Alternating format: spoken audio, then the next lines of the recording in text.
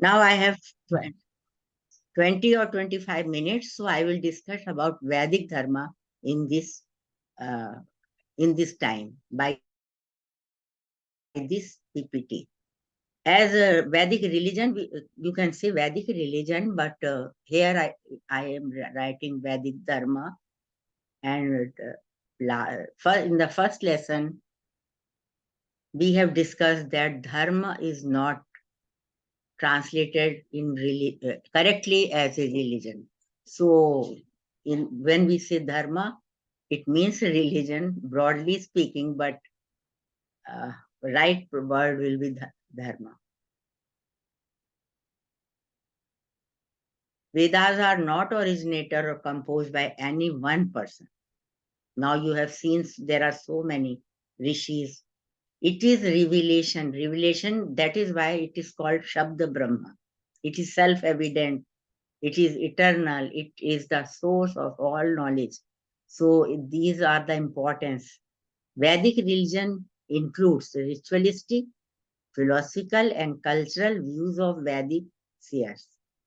All the ritualistic means related to actions, karma, philosophical, darshan, and cultural, sanskritic.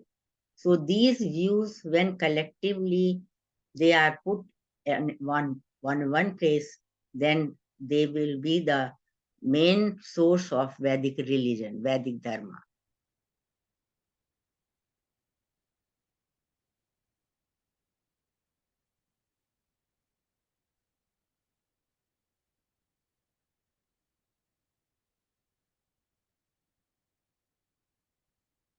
Here is a image, and 7 rivers are shown here, which are called Sapta Sindhu. Sindhu is the main river, and other are Jhelum, Chunav, Ravi, Vyas, Satluj.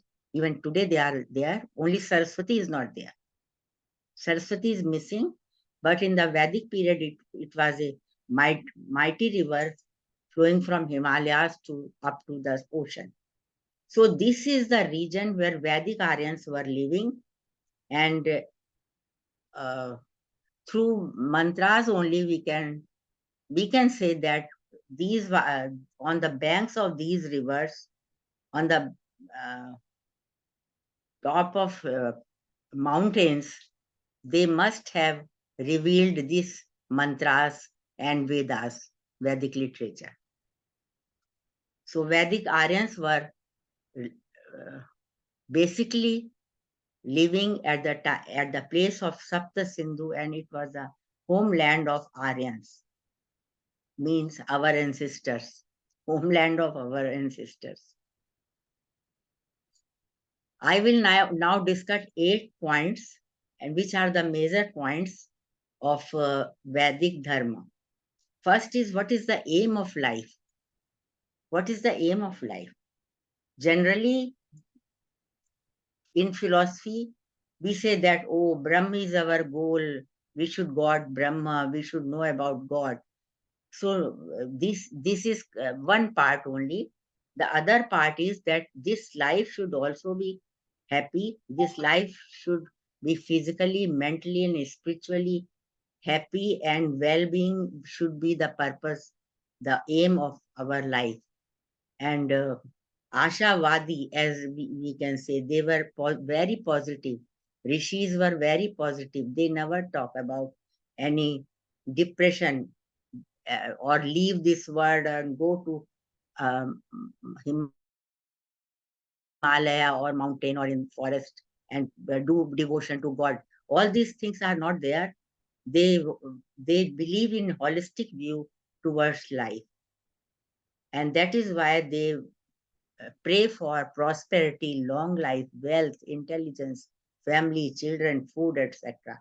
And in many verses, 100 years of age is requested from deities.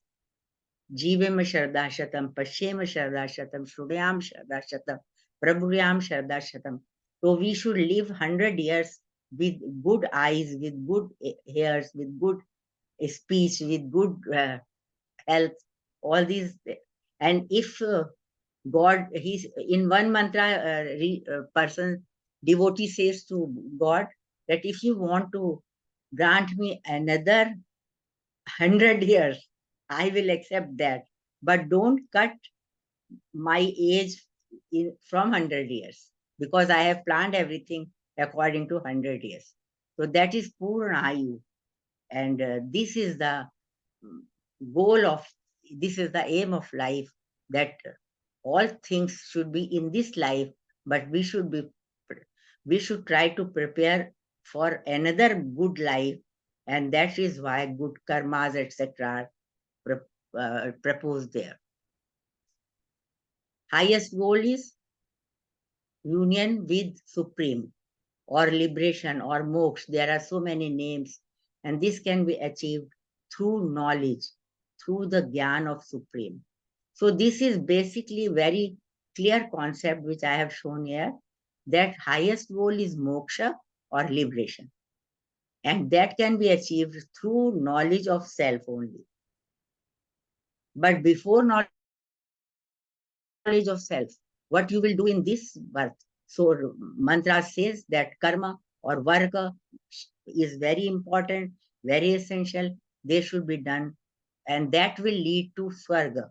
You will get a good life. You will be happy, as in swarga there is no fear, there is no sorrow, no grief.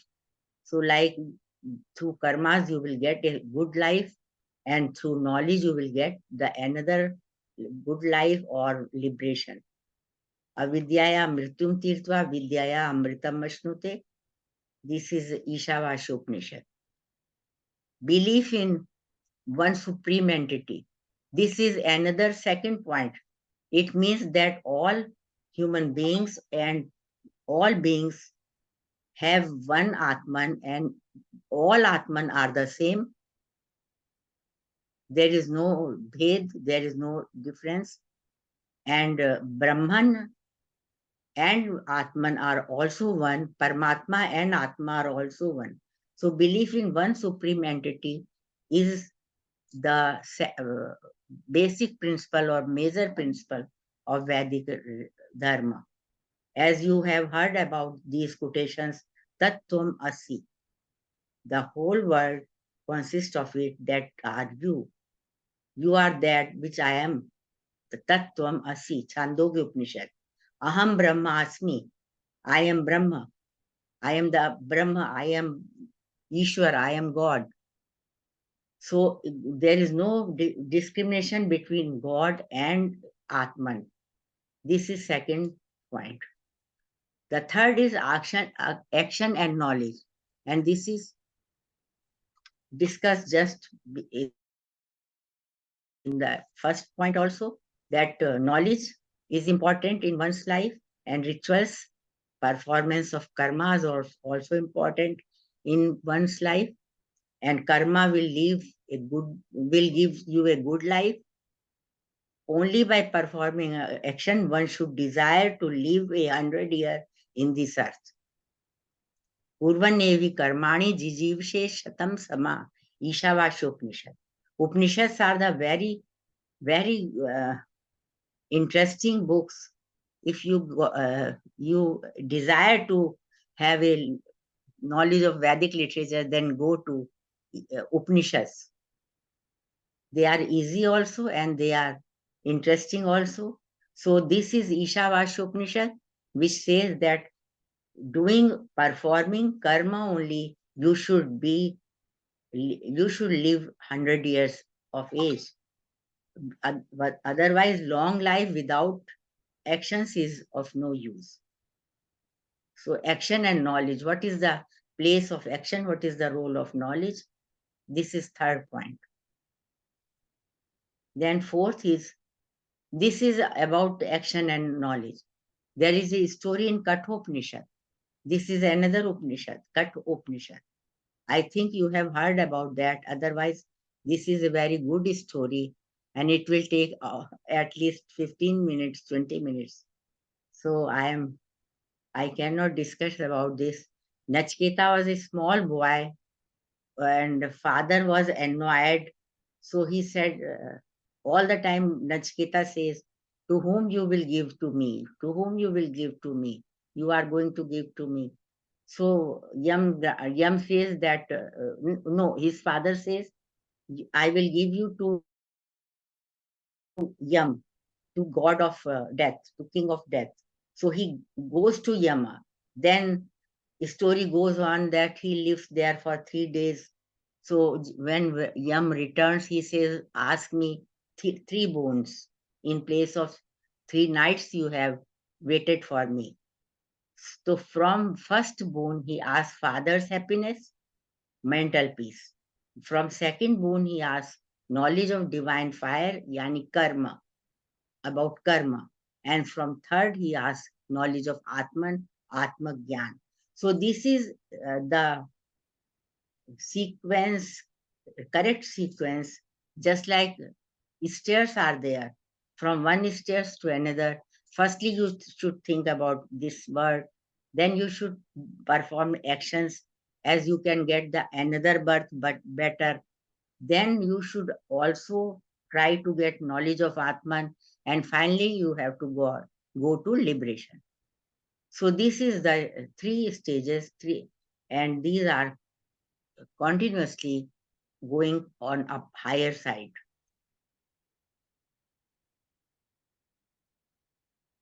Fourth is purification of mind. Mind has a tremendous power. It can go anywhere on any object.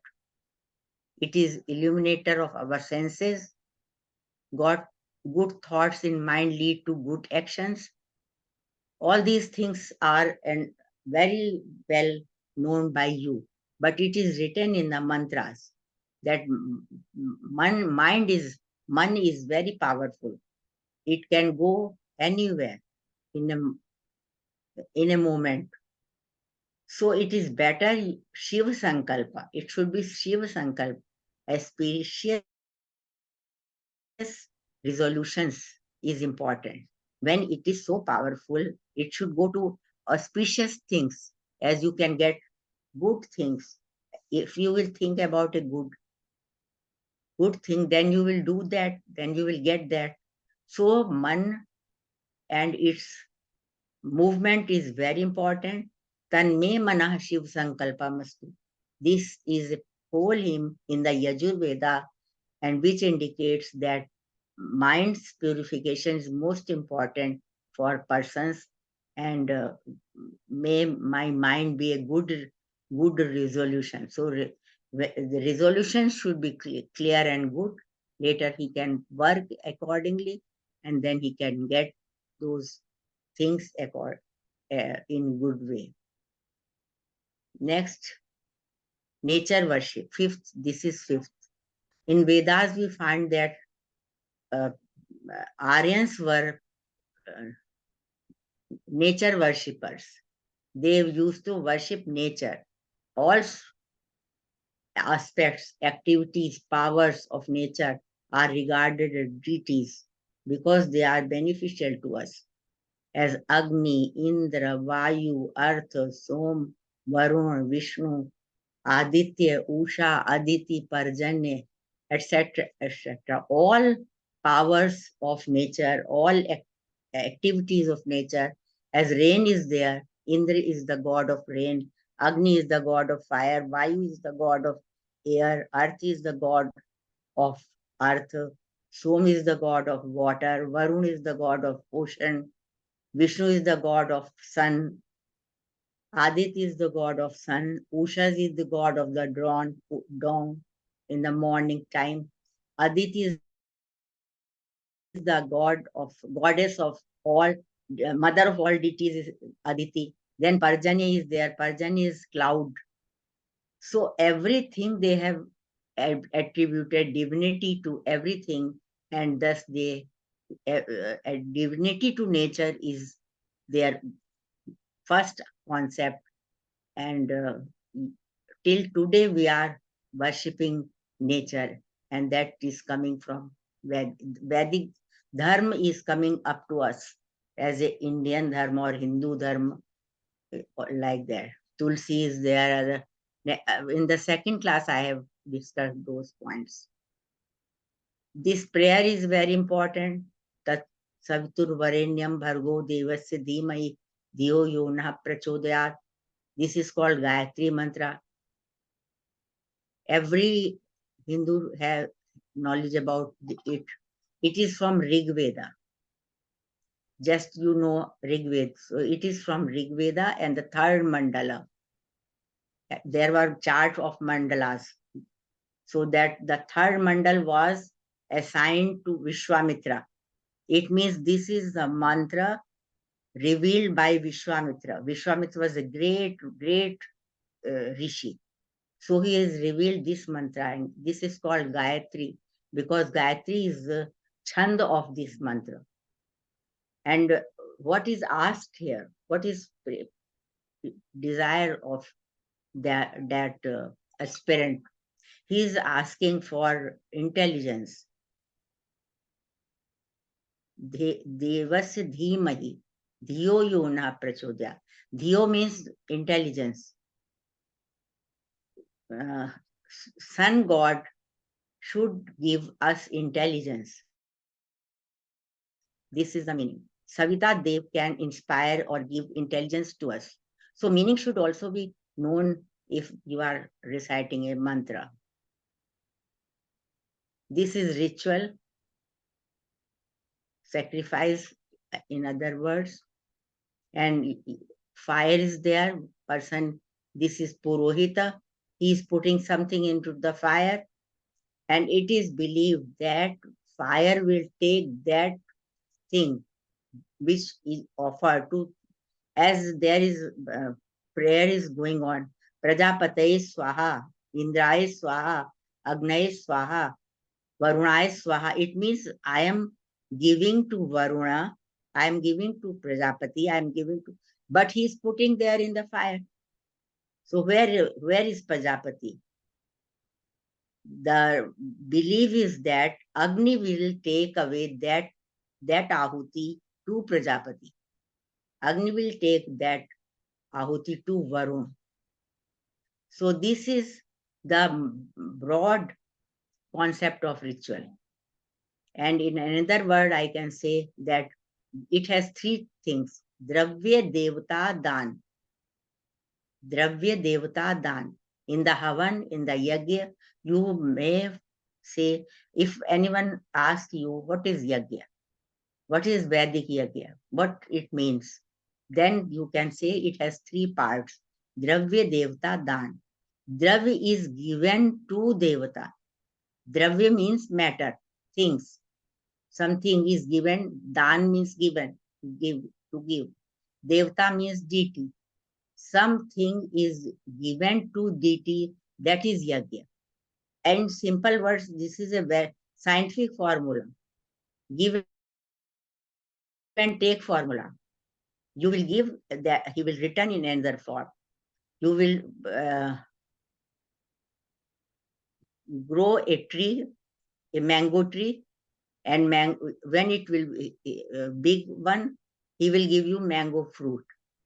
So if you will give water to sun god will take that and make it as a cloud, and that cloud will give rain, rain will give earth watering, and again plants will grow, and from plants you will take something and you will put in the fire, like that. So give and take is the formula of this yagya in simple words.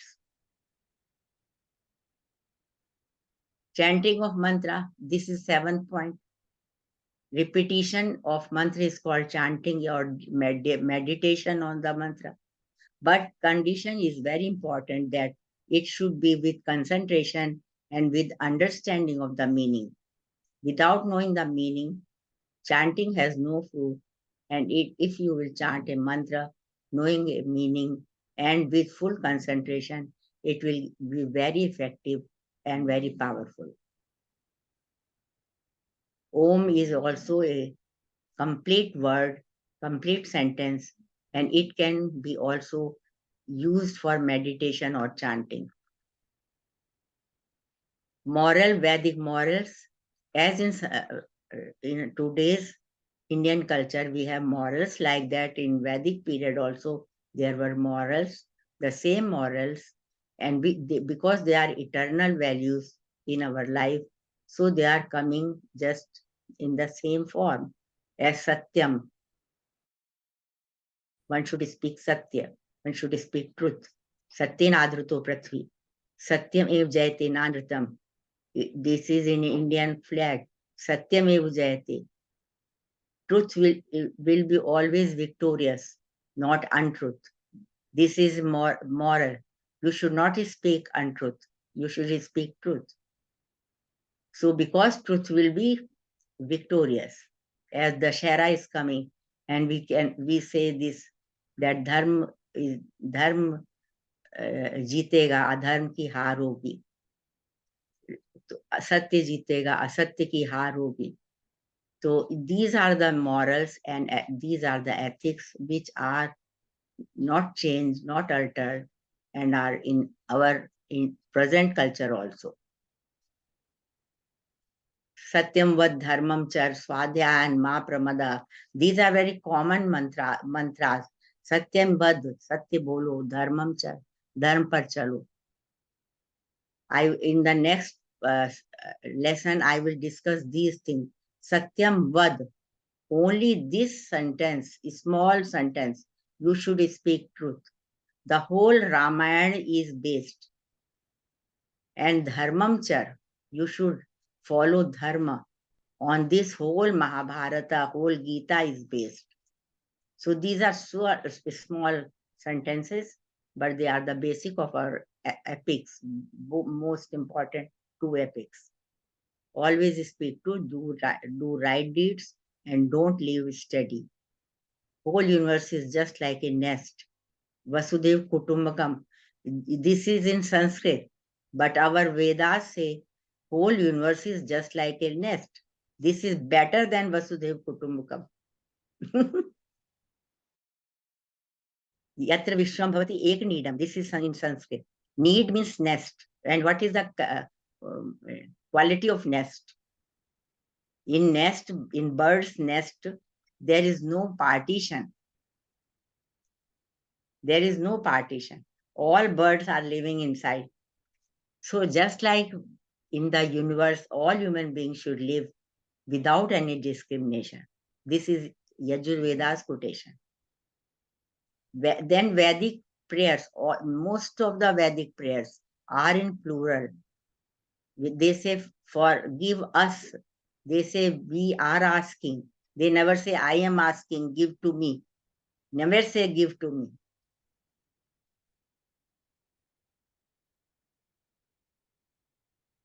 And this is the conclusion. Vedic Dharma is eternal and universal, recommends rituals for worldly pleasure, and emphasizes self-knowledge for moksha.